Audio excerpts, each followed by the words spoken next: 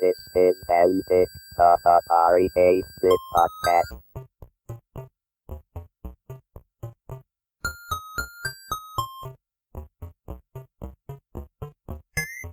The bathroom flooded, so somebody had a bright idea. Since we were giving the paper away, they decided to take our magazine and put it on the floor of the bathroom so it would sop up the water.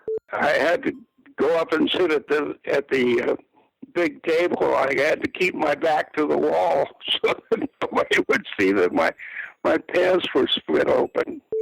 This is Antic, the Atari 8-bit podcast. I'm Kevin Savitz. Dewitt Robbeloth, who went by the pen name Robert Dewitt, was editor of Antic Magazine, STart Magazine, and the short-lived Two Computing magazine. He also freelanced for InfoWorld and other computer magazines. He was the editor of the book The Best of Antic Volume 1, published by Antic Publishing. This interview took place on July 14th and 15th, 2016. In it, we discussed Jim Capparell, whom I previously interviewed. It was about 1977 when I left my government position. I was working for the U.S. Civil Service Commission at the time, and I quit a pretty good job because I wanted to write.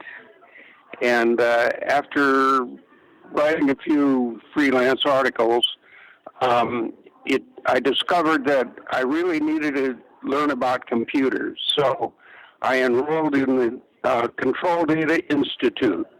Control Data Institute was had an office in San Francisco, and they were advertising for people to come and who wanted to learn about computers. And so I went down there. It was a downtown job, and they had a big computer. I'm not sure what kind it was. Probably an IBM computer, and it was built into a big air-conditioned room, and we made our programs on punch cards and submitted them daily to the staff that ran them overnight, and gave us back a printout in the morning whether it worked or didn't work, and most of the time it didn't work, and you had to redo the program. At Computer Data Institute, they taught us, they had a pretty good program about how a computer works, and then they taught us some languages. They taught us assembly. They taught us basic, APG, RPG, COBOL, Fortran, maybe some other. And I went there and studied with them for about 6 months. During this time, I'm contemplating buying a computer. What do I want? I guess I would have preferred to have an Apple, but they were too expensive. So shopping around, I happened to fall upon Atari, and it was less expensive and seemed to be an interesting venture. So I bought an Atari 800, I think it was called, and I had two Outrigger floppy disk drives, and it drove a picture on my television screen. I didn't know much about personal computing at the time, but I joined the user group, and it was based in Marin County, met once a month, and all of the people that had Atari computers went there, and there were probably a couple dozen of us. And I went to the first meeting. Well, the first meeting I went to, I met Jim Capparell, and at that time Jim had one. He had an Atari computer, but he worked down at NASA. He was at, I think he was at Ames NASA Center, and he was in charge of their Deck 10. So he was pretty sophisticated about computing, and he announced at the meeting that he wanted to publish a magazine, for Atari users. And I went up to him and I said, well, look, I'm just kind of new in computing, but I do have a lot of experience in writing and publishing, and I'd like to join you in your effort. And he said, well, okay, you be the editor, I'll be the publisher. And I said, Wow. that suits me. That seems easy. I worked for him for nothing for the first issue. Well, it was part of our deal, and then if he found that I was doing a good enough job for him, I would be hired. Of course, I didn't know at the time he was broke. He didn't have any money. I had a little money in the bank, and at the time I had the opportunity of buying in. I could have bought in for $1,000, but I wasn't really sure that computer magazine publishing was something that would repay the investment. So I didn't go for it, but I worked for him, and he was publishing the magazine out of his house or his home, which was an apartment over in the Potrero district. How did you start a magazine from nothing? I mean, what were you doing? I assume you're at the kitchen table writing articles. Tell me things. Well, we had a cover. We had a couple of things. I've forgotten what we had in the first issue, but we had a couple of months, I guess, to put it together, and it was sort of slapdash. And Jim was trying to sell advertising, and I was trying to get articles together and edited. And since I don't have the magazines anymore, I can't really go back and look at them, but you can do that. And if there's some articles or contributors you want to know more about, you can ask me about them, but I don't know them offhand. Sure. Now, I do remember David Duberman and a few others, but it was. He had a cover. He wanted the cover, which had been designed by his girlfriend, and I think that was the cover where there was a figure climbing a ladder. And right. It's a placing like a letter. Pencil, yeah, pen and ink drawing. Black and white. Mm-hmm. And it was a very cheap cover because I think it was only black and red were the only two colors that he printed. The rest was white. So the first run, I think he sold enough advertising to buy 10,000 copies from the local printer, and we got 10,000 copies in boxes up on his porch.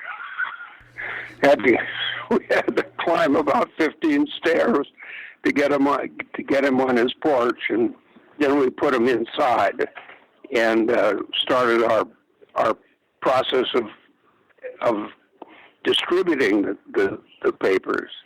Well, the first issue was not a raging success.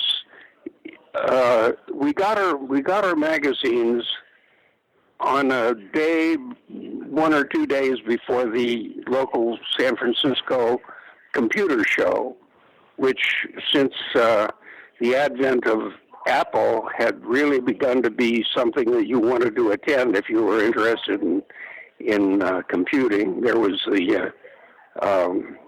some stuff going on down near Palo Alto. They had a computer group that was very active with Apple people, and there were a few Commodore fans and so forth.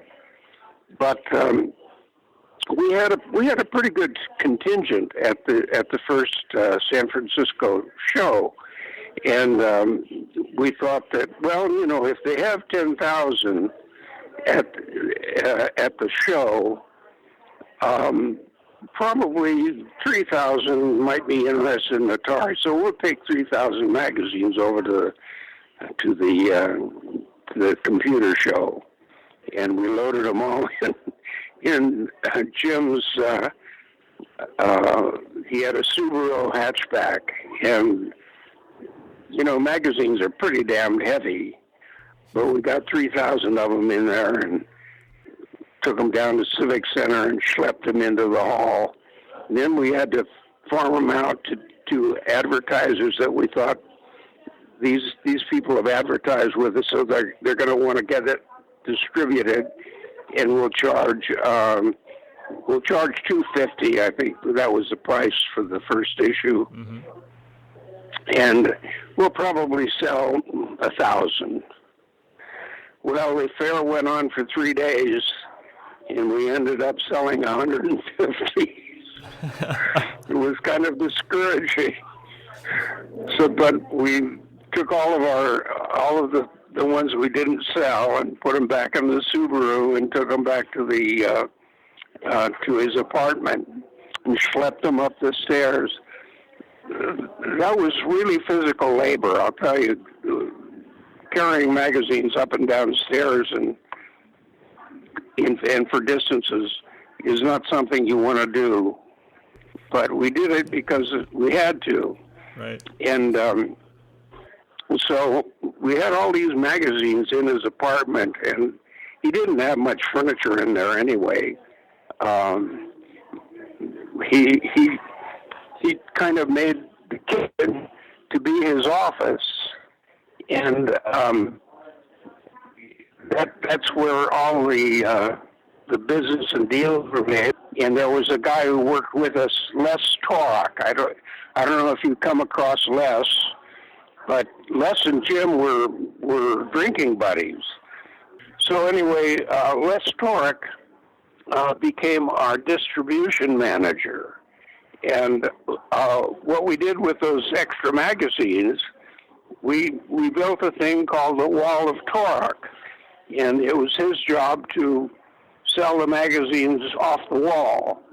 And we were trying to set up accounts where we would send magazines to computer stores and make arrangements so that if they didn't sell, I could send them back, et cetera, et cetera.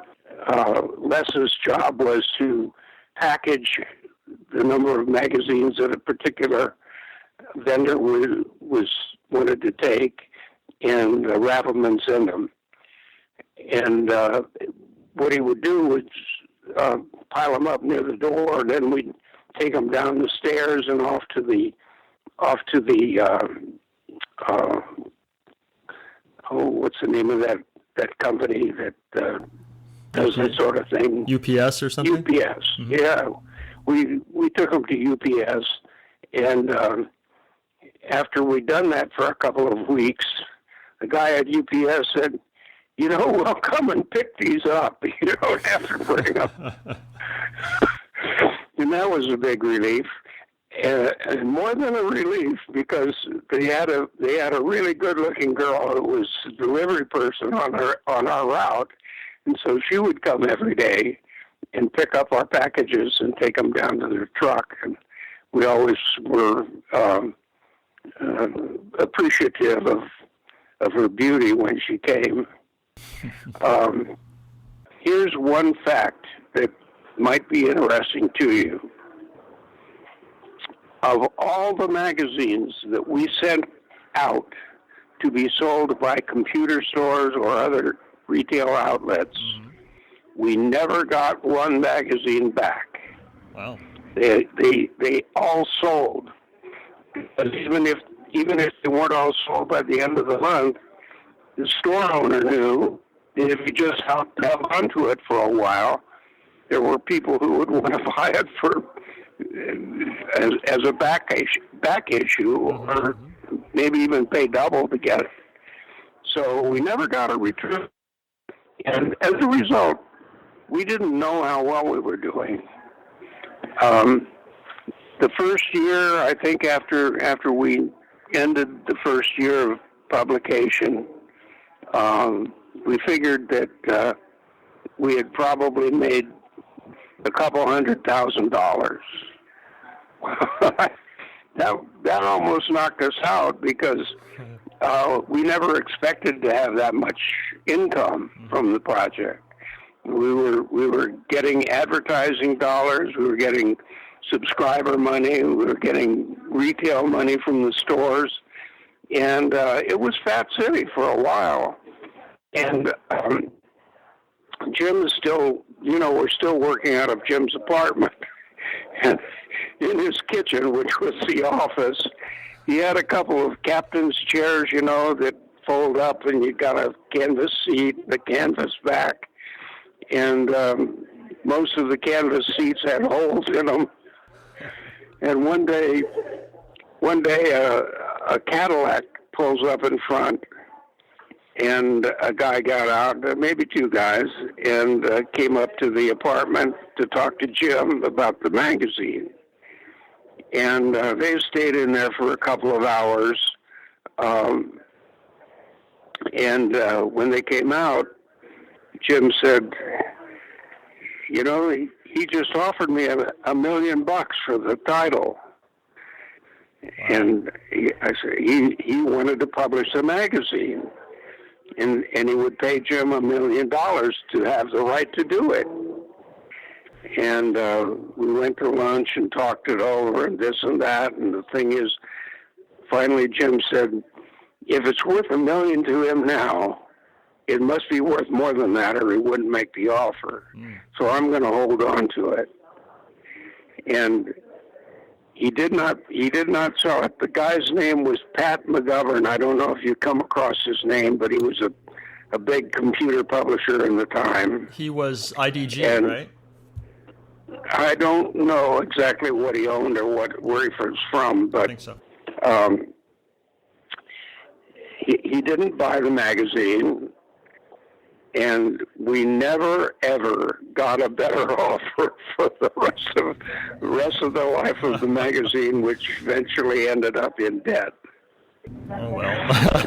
And that was strange, because Jim was awed by the profits that were being made by Apple, Steve Jobs and Wozniak, etc., Gates at the time, and he thought he was going to cash in. He even told me, he said, if I can get $1 million out of this, I'm going to Tahiti. But he never got the $1 million, and he never went to Tahiti. Have you been in touch with him? Yes, I interviewed him a couple of years ago. Oh, really? That long? He's still out there, well, and last I heard, he's still publishing magazines. Not in the computer space anymore. Well, it's probably the thing for him to do, because he's done it a long time. We had a couple of episodes at Antic that probably taught him a lesson. You just said something intriguing. You said that there were some hard lessons. What did you guys? Oh, yeah. What did you guys learn? Well, one lesson was that the woman that he had hired to be his accountant ran off with $250,000 out of the account she was managing, and she was a personal friend, which made it kind of bitter. That was one lesson, and then there was another time when the magazine had been printed, and it was sitting on the dock of the printer, and the printer wouldn't release it until they got the money that we owed him for printing it. Jim wrote him a personal check for $250,000 or something like that, and the check bounced after the magazines had been released. Jim was forever dodging people who were trying to get money from him for his apartment. We left his apartment as a place of business after a year or two, and he moved physically up to a classy address in Marin County, up on the top of the ridge, and we had a couple of meetings up there, but it never caught on as a business address. And we went to a couple other businesses. Our last business address, or at least the last one I worked at, was I think the address was 2nd Street or 3rd Street, and it turned out to be the same place that Wired moved into, and they were downstairs and we were upstairs. Nice. I don't know how. I think they're still there. I think it probably took over the space that we had when we had to move out. Despite that, you mentioned, financial issues, the magazine ran for a long time and must have been successful. Yeah, we had a good run. I stayed on. The next thing we did after Antic, they came out with a 16-bit computer, and so we did a magazine called STart. Right. And that had a couple of years. I don't know how long that went. I edited that one too. Matter of fact, I edited all of their Antics magazines that I can remember. We did one called Two Computing. That was Apple II. Right. That was a short-lived 4 or 5 issues. Yeah. That was not a big success. And then we did a hobby magazine for people for radio-controlled hobbies, called The Hobby Shopper. And Jim wanted to make it fashion it after The Computer Shopper, which was a really fat advertising book, if you recall it. Yes, I do. Did you ever get a copy of The Computer Shopper? I used to write for them, so yeah. Oh, you did? Yeah. Yeah. All right. Well, we made a model radio control cars, boats, trains, airplanes, and we even got into helicopters a little bit. But since we were not professional hobbyists and really didn't know the subject matter, it didn't catch on. When we were first beginning Hobby Shopper, we made a trip to a trade show in Akron, which was for all of the magazines and advertisers that were in the hobby RC business. And it was terrible weather. It was raining like crazy. Jim had decided to take 10,000 copies of the magazine and put it in our booth. Well, you take 10,000 magazines and put them in a booth, you don't have much room. And so the weather was bad and the bathroom flooded. So somebody had a bright idea, since we were giving the paper away, our magazine, they decided to take our magazine and put it on the floor of the bathroom so it would sop up the water. Wow. Yeah. Yeah. Just speaking of the RC magazine, I interviewed Greg Perlman just the other day, and okay. And he told me that he was assigned to work on that magazine and he hated it and didn't know anything about RC, and some people were like writing down to the readership, like, when you play with your toys, be sure to get your mommy's permission, and that sort of stuff. Yeah, it was not a good idea. We shouldn't have been doing it, but Jim thought it was a moneymaker, and he was always trying to make money. I'm interested to hear that he's still in the publishing business. My God. Well, we had a good time. It was the most fun time of my life. I guess I was there for about 8 years, beginning in 80 and ending in 87. In 87, my dad had a stroke in Arizona, and I decided to go to Arizona to help take care of him. And it ended up that I stayed in Arizona until 2013, yeah. And never did go. I went back and visited sometimes, but it was never the same. Yeah. Where are you now? I'm in Nashville, North Carolina. Oh, nice. I'm sort of retired, but I do a little writing. Yeah. So what? Yeah. How do you keep yourself busy today? I wrote for the Mountain Express, but then I started volunteering for the Veterans Administration Hospital out here, and I do that 3 days a week. I do a few other things, but I principally spend my time working on private writing and volunteering at the VA.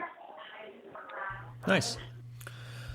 All right. So back to Antic. Was there any article you did, any assignment that really sticks in your mind as something that was memorable? You know, the writing that I did I did do a book. I took articles from Antic, and we compiled a book that was essentially just Antic articles, but re-edited. Mm-hmm. And I took credit for that. I don't know whether you've seen it, but it's around there somewhere. Yeah, I have a copy. The Best of Antic Volume 1. There was no Volume 2. Yes. Okay. That was probably it. And most of the time, as editor, I spent my time working on other people's writing and dealing with authors.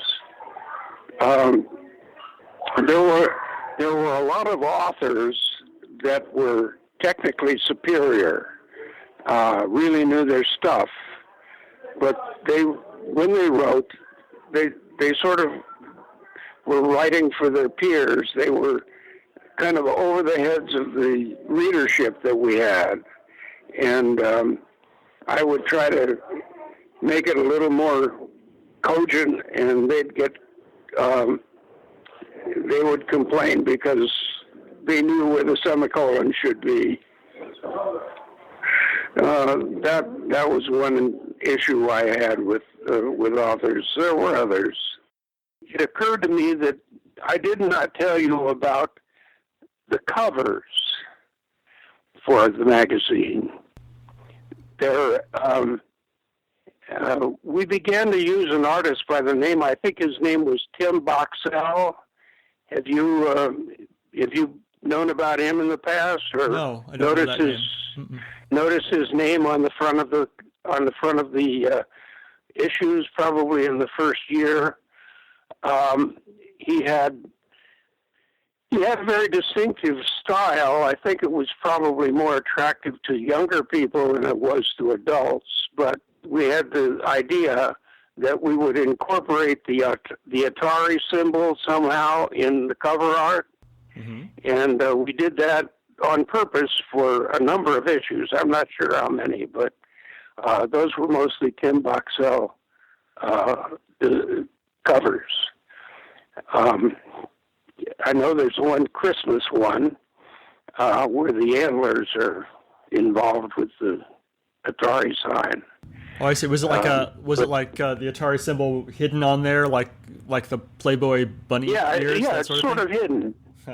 Yeah, as a part of the painting, the Atari sign would be incorporated as a design element. You know, I don't think I ever. And don't know if I noticed that was a thing, but I'm looking at one now, and it's the February '82 issue, and there's a caveman on the cover, and there's an obvious Atari logo, but then kind of like hidden one over in the dinosaur area. So yeah, Tim Boxell. Okay. Interesting. Yeah, that was it a Boxell cover? Probably. Yes, it is. Yeah. So anyway, Tim Boxell might be a guy you want to talk to. Yeah, I'll see if I can look him up. We had another artist that was a friend of mine, and he was a medical illustrator, and he did a cover for us. Jim didn't like it. I don't think it was very good, but it was an issue where a young person had a string telephone, with a string on can on one end, and that was done by a friend of mine. Jim's apartment, it had a back porch, which he sometimes used for an office. He kept a computer out there. His Atari 800. It's interesting how he got the computer. He was working for NASA down at Ames Center. I've forgotten what he was doing, but one of his duties was to take care of the Deck 10 computer that NASA had down there. And he became aware of the fact that there was an Atari computer being made in the vicinity, and he just wrote a letter on NASA letterhead saying that they were glad to see the computer, and that they had a little project that they needed to do, and it would be nice if Atari would give the computer to NASA. And lo and behold, they did. They just sent a 800 over there. Nice. And I think Jim acquired it, and that was the beginning of his Atari computing. Wow. And it was the basis of his chairmanship of the Atari users group over in Marin County. So I would like to know, why did you use a pen name? Well, I mean, Robert Dewitt was kind of I had used Robert Dewitt before as a pen name, simply because I didn't want to use Robbeloth. It was, an unusual name and difficult to spell, and so I just used Robert Dewitt on occasion. I guess I used it quite a bit with Antic, but it was just a convenience. Okay. So I was living on Fell Street, and there was I had set the computer up in my living room using my Trinitron television as a display screen, and I had the 800 and the disk drives, and I had the notion that I would go into business selling Atari computers. So I put a notice on a telephone pole or something nearby, and it generated a little business. Some people came in and took a look at it. Nobody bought anything. But I came home one day, and my front door had been broken into. It was partially glass, and they broke the glass and opened the door from the inside and came in and took the television and the Atari and some money and jewelry, and I called the police, and the police came, and they dusted everything, and it made a terrible mess. And I asked one of the cops, I said, "What are the chances of getting this stuff back?" And he laughed. He said, "You know how many of these we get a week?" I said, "No." He said, "About 8,000. Wow. 8,000 burglaries in San Francisco." And I never did get anything back, but I had bought insurance, and so I had an insurable loss. I got enough money to rebuy the Atari equipment and a new TV, and so that was a lesson to the wise. I also had another loss.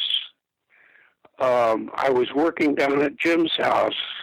Now, we're talking about 5 miles distance between my apartment and his apartment. Mm-hmm. And usually what I would do is take my briefcase full of stuff I wanted to work on overnight and put it in my car and take it home and do that. So I was leaving his apartment one afternoon, and my car was parked outside, and I just tossed my briefcase into the car and shut the door and walked across the street kitty corner. I could see my car at all times, but I went to get an ice cream cone, and how long does it take to get an ice cream cone? 5 minutes, maybe. Sure. And I got back to the car, and my briefcase was gone. All of the material for the next issue of the magazine was in there. Oh. And we hunted all over Potrero Hill, all the dumpsters, all the garbage cans, everywhere, looking for that briefcase, because we figured when they opened it up and found out there was nothing but papers in there, they're going to throw it away. Never did get the material back, and we had to hunt around and get replacement material, and it was a wreck. But we finally got a magazine out. I've forgotten which one it was, but that really was upsetting. Well, we stayed at Jim's apartment probably for a year. You could get that information from the magazines itself, because when we moved, we would have changed the address. Sure. And the next move that we made, I think we went down to 3rd Street, which in San Francisco is kind of an industrial street, and it was formerly had been law offices above a bar, and the bar was still operating, but the offices above the bar were quite nice. They had been professional, and a lot of the amenities of having an office were in there. We worked in there for, I don't know, a couple of years, and then we got so big we had to go downtown and closer into Market Street, and that's probably the last address that I know of that Antic was, or that Antic Company was operating out of. That's the one that Wired Magazine came in and took the first floor, and we were on the second floor. Right. We were across the street from PC Magazine, and there were a lot of other digital businesses that were in the vicinity, and they all kind of congregated at a lunchroom, and people would get to know one another briefly. And then after work, say 6 o'clock, something like that, we'd close down the office and go across the street, and there was a Filipino bar and grill, I guess you would call it. You could get food there, you could get drinks there, and our guys many of them would congregate at that bar. I can't remember the name of it, but it was a pretty busy place. And then if you survived that outing, you could join with Jim, and Jim and Les always went to the Right Spot, which was still a bar over in Jim's old neighborhood. I noticed in my research that you did some writing for InfoWorld magazine as well, also about Atari stuff. I did a lot of writing. I still do writing. I'm writing something now that, as a matter of fact, this morning I was writing up a squib about our conversation yesterday. When I get it done, I'll send it to you. Great. Awesome. I think this will be my last question. If you could send a message to the people who read Antic and now they're listening to this, what would you tell them? I think the thing that I would say is thanks for giving us a chance. I got to love the Atari, and I enjoyed working on the material, knowing it was going out to a readership. I tried to make it readable. I tried to make it fun, and so I think it would be thank you. The Antic experience for me was really one of the best 10 years of my life. Not completely 10 years, but it was a great decade, and I had a lot of fun doing it. Oh, good. Oh, I can tell you something. Yeah. You know, we had the Atari, the Antic A, the letter A, and it was designed in such a way that it was a little blocky, and it had you know the A. Yes. I think it was even on the first cover. Mm-hmm. Mm-hmm. Well, we made an award out of that shape, a plexiglass award that was mounted on a hardwood block and had a sign on it that said "Best Printer" or something, and we called it the fucking A. I don't know if you want to publicize that. Yes, but, I do. That's the best thing. Huh? Yes, I want to publicize that. That's the best thing. Nice. Yeah, and I want a fucking A for being the best editor. I've got it around here somewhere. Oh, neat. And we had a convention in Atlanta.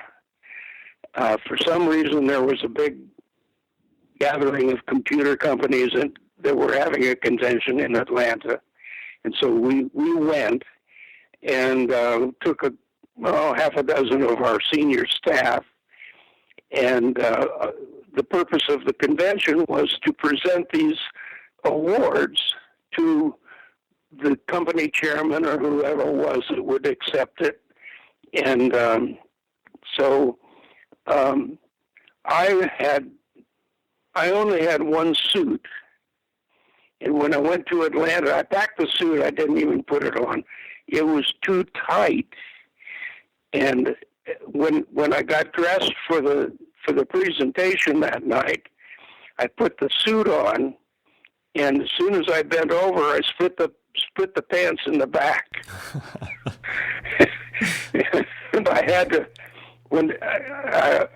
to go up and sit at the big table. I had to keep my back to the wall so that nobody would see that my pants were split open. Oh, man. Yeah, that was a little. I certainly couldn't fit into those pants today. Let's see. Yeah, that was some of the fun. We did have a lot of fun. It was an adventure every day.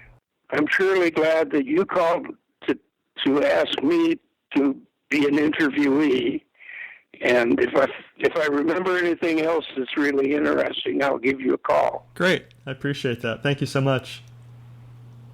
Okay. Is that all you need? That's it. I enjoyed talking to you. Thank you, Dewitt. You bet. All right. Bye-bye.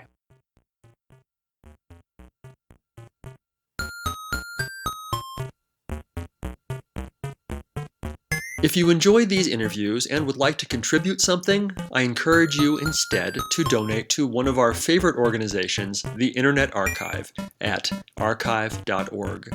The Internet Archive is a nonprofit digital library with the stated mission of universal access to all knowledge. They've done incredible things to preserve computer history, including hosting thousands of programs in an in-browser Atari emulator, creating the Wayback Machine, and offering full-page scans of countless Atari computer books and magazines. Make your tax-deductible contribution at archive.org/donate.